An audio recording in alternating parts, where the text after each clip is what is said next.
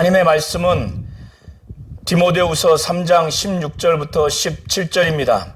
모든 성경은 하나님의 감동으로 된 것으로 교훈과 책망과 바르게 함과 의로 교육하기에 유익하니 이는 하나님의 사람으로 온전하게 하며 모든 선한 일을 행할 능력을 갖추게 하려 함이라. 아멘.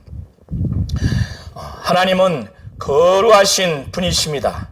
하나님이 거룩하기에 하나님의 말씀 또한 거룩합니다. 성경은 하나님의 말씀의 책입니다. 요한복음 1장 1절부터 3절을 통해서 또 요한일서 1장 1절부터 4절을 통해서 기록하기를 사도 요한은 태초에 말씀이 계시니라 이렇게 증거하고 있습니다. 그런데 이 말씀이 하나님과 함께 계셨다는 겁니다. 이 말씀은 곧 하나님이라고 증거하고 있습니다. 우리가 잘 아셔야 할 것은 이때의 이 태초에 있는 이 말씀, 이 태초는 만물의 시작의 태초가 아니라 성부, 성자, 성령, 바로 삼위일체 하나님이 계신 그 신들의 하늘의 그 시작, 그 영원 전 시작, 바로 그 태초를 말하는 겁니다. 태초에 말씀이 계시니라. 이때 이 말씀은 하나님의 입으로 하시는 그 말씀이나 이런 종류가 아니라 헬라어 원어로 로고스라고 합니다. 태초에 말씀이 계시니라. 이 말씀은 로고스입니다. 로고스이시고 말씀이신 예수가 태초에 영원전 하나님 아버지와 함께 계셨다는 겁니다. 그리고 그 말씀, 그 로고스가 곧 하나님이시라는 거예요. 그가 태초에 하나님과 함께 계셨고 만물이 그로 말미암아 지음받았고 지은 것이 하나도 그가 없이는 된 것이 없다고 말씀을 합니다. 태초에 말씀이신 로고스이신 그 예수, 그가 바로 하나님이시라는 겁니다. 그가 하나님 아버지와 함께 있다는 것이고 그로 말미암아 만물이 지어졌고 그가 아니면 지어진 것이 없다라고 증거하고 있습니다. 요한일서 1장 1절부터 3절을 통해서 태초부터 있는 생명의 말씀에 관하여는 사도 요한은 동일하게 영원전 시작인 태초를 말하면서 이 로고스이신 말씀이신 이 예수에 대해서 말하기를 생명의 말씀이라고 증거하고 있습니다. 그가 말씀이 육신이 되어서 죄 있는 육신의 모양으로 오셔서 모든 사람들은 그를 만질 수 있고 그의 말씀을 들을 수 있고 볼 수 있기 때문에 생명의 말씀에 관하여 우리가 들은 바요 또 본 바요 자세히 또 보고 우리가 손으로 만진 바라 이렇게 증거합니다. 이 생명이 나타내신 바 된지라 이 영원한 생명을 우리가 보았고 증언하여 너희에게도 전하노니 이는 아버지와 함께 계시다가 우리에게 나타내신 바 된 이시라 이렇게 증거하고 있습니다. 요한복음 1장을 통해서 우리가 알 수 있는 것은 말씀이시고 로고스이신 이 예수께서 아버지 품속에서 독생하셨다는 겁니다. 독생하신 하나님이시라는 겁니다. 아버지와 함께 하시다가 말씀이 육신이 되어 우리에게 보여지게 된 겁니다. 나타내신 바 된 것입니다. 성경은 하나님의 말씀이 기록된 책입니다. 히브리서 1장 1절부터 2절을 통해서 기록하기를 하나님은 옛적에는 선지자를 통해서 여러 부분과 여러 모양으로 말씀하셨다고 기록하고 있고 또 이 모든 날 마지막에 아들을 통해서 말씀을 하셨다고 기록하고 있습니다. 이처럼 성경은 하나님이 선지자를 통해서 그의 아들을 통해서 전달한 하나님의 말씀의 책입니다. 그런데 이것은 사람의 뜻으로 나지 아니하고 오직 하나님의 감동, 성령의 감동을 받은 자들이 하나님께 받아서 기록한 책입니다. 오늘 본문을 통해서 말씀하기를 모든 성경은 하나님의 감동으로 된 것이라고 증거하고 있어요. 베드로후서 1장 20절 21절을 통해서 기록하기를 먼저 할 것은 성경의 모든 예언은 사사로이 풀 것이 아니라는 겁니다. 예언은 언제든지 사람의 뜻으로 낸 것이 아니오 오직 성령의 감동하심을 받은 사람들이 하나님께 받아서 말한 것이라는 거예요. 선지자를 통해서 여러 부분과 여러 모양으로 하나님이 말씀하셨는데 그 과정에서 오직 성령의 감동으로 하나님의 감동을 그들에게 주셔서 그들이 하나님께 받아서 말한 것이라는 겁니다. 그리고 신약에 와서 예수 그리스도가 성령이 임한 다음에 그는 요한복음 12장 49절 50절을 통해서 증거하기를 그가 창세전에 아버지께서 아들에게 이것을 이르라고 이것을 말하라고 친히 명령해 주셨는데 그는 아버지의 명령이 영생인 줄 알고 그것을 가감없이 그가 이른 대로 그가 말한 대로 그걸 그대로 전했다고 말씀하고 있습니다. 아들도 성령으로 말미암아 아버지의 말씀을 가감없이 증거했어요.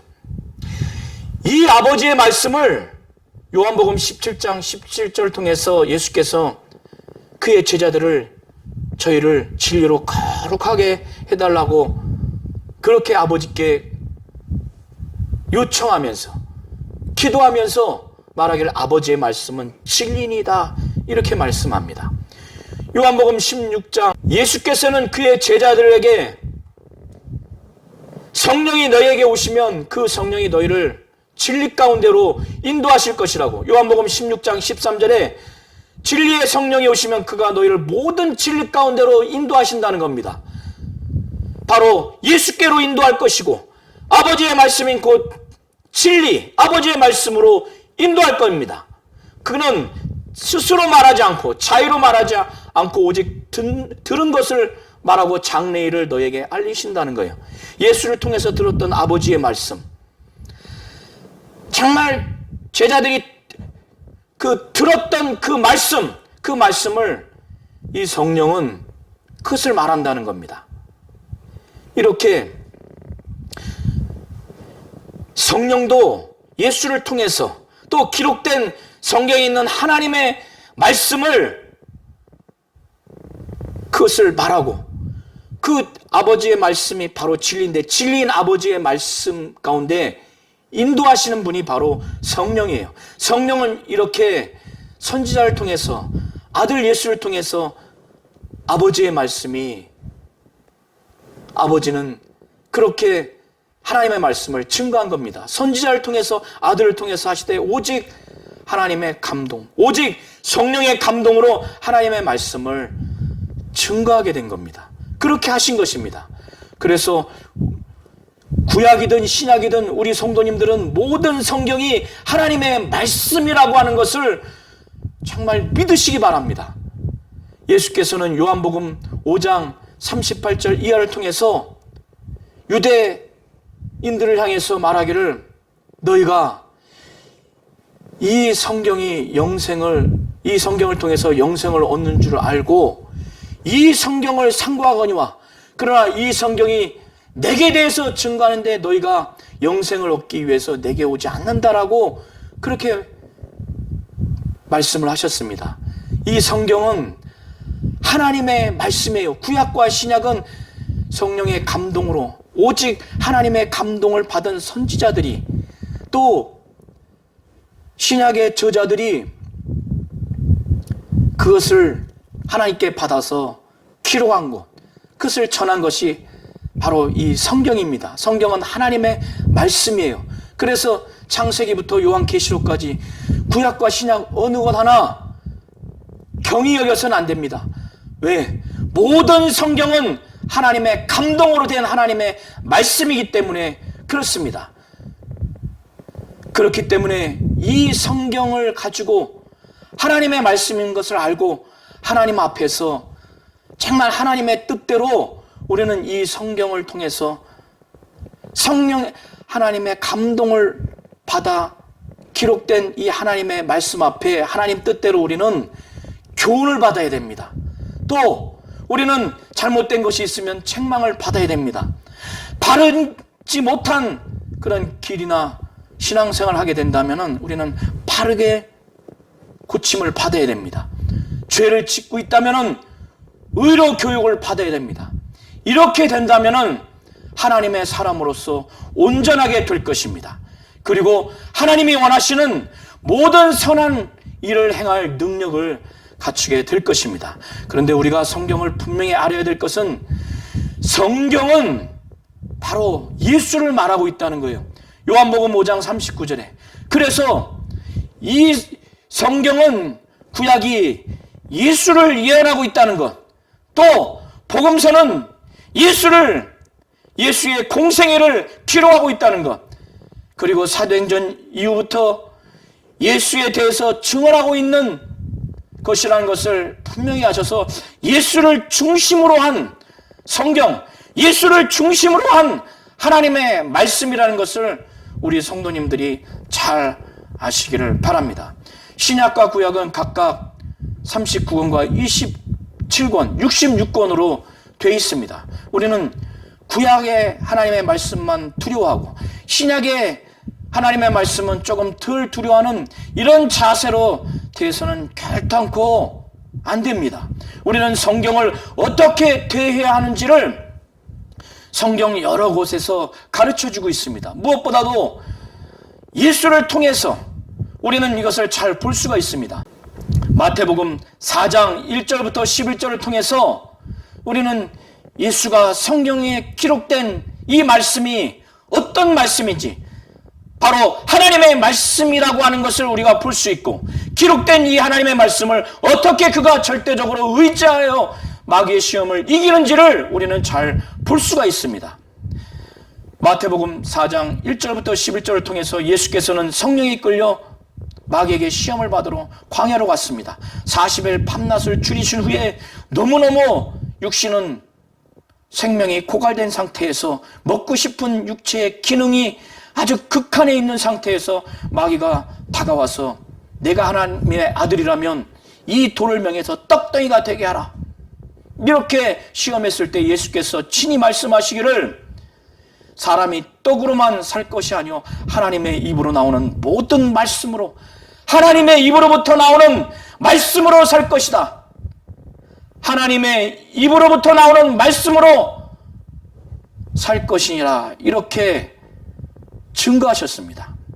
사람의 육신이 음식이 먹어야 사는 것처럼 사람의 영혼뿐만 아니라 이 육체의 모든 질병과 모든 약한 것들은 하나님의 입으로부터 나오는 말씀으로 사는 것이라는 것을 친히 말씀하신 것입니다.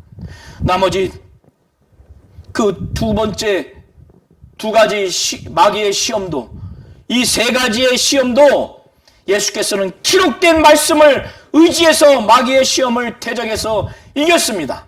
예수가 하나님이고 하나님의 아들임에도 불구하고 그는 기록된 성경의 말씀을 의지하여 하나님의 말씀, 영생의 말씀, 생명의 말씀이라는 것을 절대적으로 의지해서 마귀의 시험을 이긴 것을 우리는 보셔서 성경이 하나님의 말씀이라는 것, 이 말씀이 우리를 살리는 영생의 말씀, 생명의 말씀이라는 것, 그리고 이 말씀을 절대적으로 의지해야 한다는 것을 주님이 친히 그 시험 과정을 통해서 우리는 볼 수가 있는 것입니다.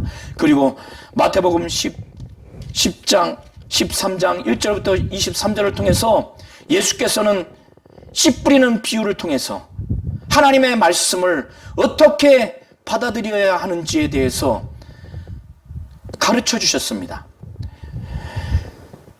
여기서의 씨는 하나님의 말씀을 비유하는 것인데, 이 말씀이 심겨지는 사람의 심령이 네 가지 종류인데, 길가에 뿌려진 것은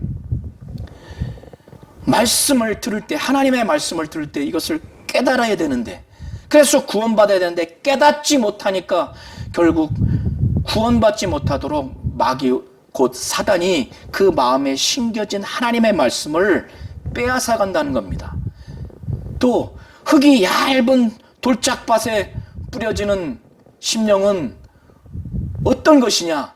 예수를 믿고 하나님의 말씀이라는 걸 믿어서 기뻐요. 그렇게 신앙생활을 하지만 말씀으로 인한 환난과 핍박과 박해가 오니까 믿음을 저버립니다. 넘어집니다. 그리고 가시덤불에 떨어진 그 씨는 예수 믿고 말씀을 받아서 환난도 이기는데, 박해도 이기는데, 이 세상의 염려, 얼마나 염려스럽습니까? 이 세상의 염려와 죄의 유혹과 향락과 기타 욕심이 꽉 그 말씀이 들어오지 못하도록 막아버린다는 겁니다. 그런데 정말 하나님 앞에, 하나님 말씀 앞에 영적으로 아주 착하고 좋은 마음을 가진 심령이 있다는 거예요. 바로 옥토입니다. 하나님 앞에, 말씀 앞에 정말 착하고 좋은 마음이에요. 이것은 인간적이고 도덕적인 착하고 좋은 마음이 아닙니다. 영적으로 하나님 앞에, 하나님 말씀 앞에 성령의 감동으로 하나님의 말씀을 증거하는 영적 지도자 앞에 정말 착하고 좋은 마음이에요. 그래서 말씀을 들을 때 이것을 깨닫고, 그리고 그걸 받아들이고 그걸 지켜서 인내합니다. 말씀의 열매가 맺혀지기까지. 그래서 30배, 60배, 100배 열매가 맺혀지는 겁니다. 바로 말씀 앞에, 하나님 앞에, 또 하나님의 말씀을 증거하는 지도자 앞에 이와 같이 착하고 좋은 마음, 말씀을 듣고 깨닫고 그걸 받아들이고 지켜서 인내하는 이런 자세가 되어야 됩니다. 우리는 또 말씀 앞에 어떻게 되어야 되는지 사도행전 10장 33절을 통해서 우리는 그것을 볼 수가 있습니다. 사도 베드로는 주 예수께 환상 가운데 계시를 받아서 고넬료라고 하는 이방인 그 일가의 구원의 복음의 말씀을 증거하러 명령을 받습니다. 이 고넬료는 이제 하나님 앞에 주 예수께서 베드로에게 명령하신 그 모든 명령, 그 말씀을 간절하게 받고자 그 집사람을 보냅니다. 그래서 베드로가 오니까 그가 베드로 앞에 고백하기를, 정말 잘 오셨습니다. 내가 곧 당신에게 사람을 보냈는데 오셨으니 잘하였나이다. 이제 우리는 주께서 당신에게 명하신 것, 모든 것을 듣고자 하여 다 하나님 앞에 있나이다. 그러고 나서 놀라운 성령의 역사가 그 일가에게 나타납니다. 그것은 이 고넬료와 그 일가들이 정말 베드로가 사람이라고 무시하지 않냐고, 사람의 말로 받지 않냐고, 주께서 명하신 모든 것을 하나님의 말씀으로 받고 하나님 앞에 아주 영적으로 착하고 좋은 마음으로 있었기 때문에 이런 놀라운 역사가 있었던 겁니다. 그리고 사도행전 17장 11절과 12절을 통해서 사도 바울은 베레아 사람들에게 복음을 증거할 때의 그 복음의 반응과 또 데살로니가 사람들에게 복음을 증거했을 때의 그 반응이 전혀 다른 것을 경험합니다. 베레아 사람들은 하나님 앞에, 하나님 말씀 앞에, 하나님의 말씀을 증거하는 사도 바울 앞에 정말로 데살로니가 사람보다 더 신사적이라는 거예요. 너그럽다는 거예요. 그래서 간절한 마음으로 이 말씀을 듣고 이것을 받는다는 거예요. 그리고 그 말씀이 정말 그런가요? 날마다 성경을 상고해서 상고한 대로 이게 하나님 말씀이구나. 그래서 믿어서 믿는 자가 많이 나오게 된 겁니다. 사도 바울은 데살로니가 교인 중에서 또 적지 않은 사람들이 예수를 믿게 됐어요. 그 데살로니가 교회를 생각할 때마다, 그 교인들을 생각할 때마다 끊임없이 감사합니다. 그가 끊임없이 감사한 이유는 바울 일행들이 성령의 감동을 받아서 하나님의 말씀을 증거할 때 저거는 저 사람들의 말이야, 그렇게 무시하지 아니하고 하나님의 말씀으로 그걸 받아들이는 거예요. 그렇게 되니까 하나님의 말씀으로 받는 그 믿는 자들 가운데 그 말씀이 막 역사하는 것을 사도 바울은 발견하게 되고, 사람의 말로 듣지 아니하고 하나님의 말씀으로 그것을 받아들이는 그들을 통해서 그들의 모습을 보면서 끊임없이 하나님 앞에 감사한 겁니다. 그래서 데살로니가 전서 2장 13절에 이와 같은 내용이 기록되어 있어요. 우리는 하나님 말씀 앞에 이와 같이 어떻게 대해야 하는지를 우리는 잘 아셔야 됩니다.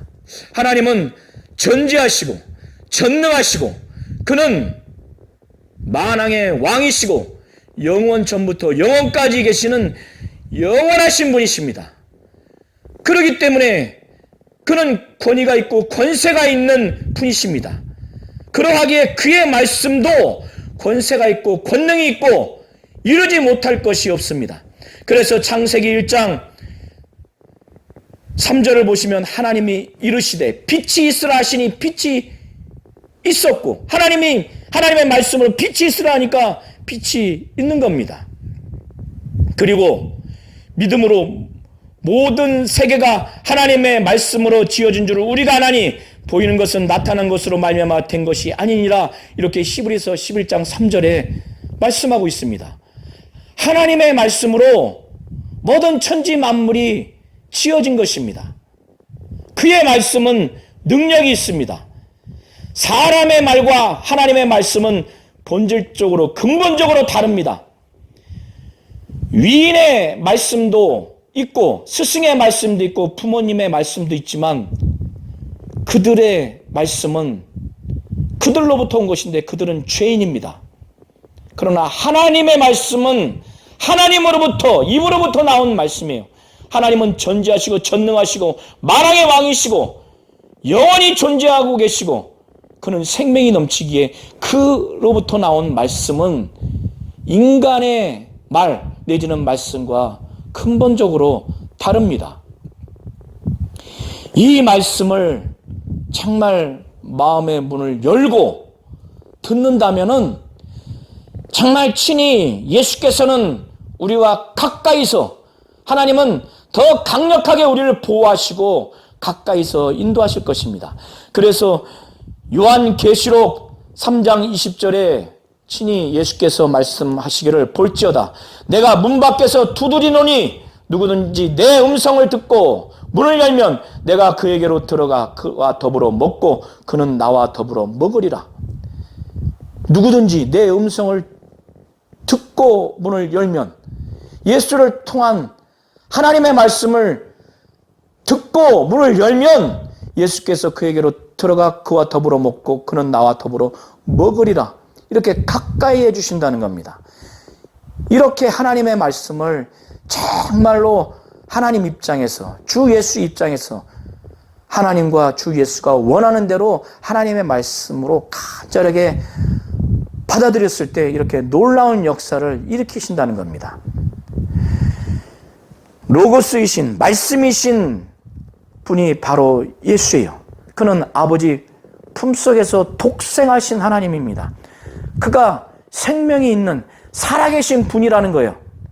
하나님 아버지가 그와 같은 예수를 통해서 전달한 이 말씀 또한 살아있는 말씀입니다. 하나님이 살아계시기에, 주 예수가 독생하신 하나님이기에 그를 통해서 성령으로 하신 말씀이 살아있는 말씀입니다. 그래서 히브리서 4장 12절에 이 하나님의 말씀에 대해서 말하기를, 하나님의 말씀은 살았고 운동력이 있어, 활력이 있어 좌우의 날선 어떤 검보다도 예리하여 혼과 영과 관절과 골수를 찔러 쪼기까지 하며 또 마음의 생각과 뜻을 다 감찰한다는 것입니다. 우리 성도님들이 이것을 잘 아시기를 바랍니다.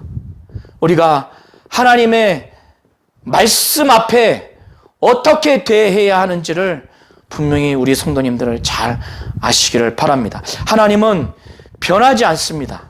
그렇기 때문에 하나님의 말씀도 변하지 않습니다.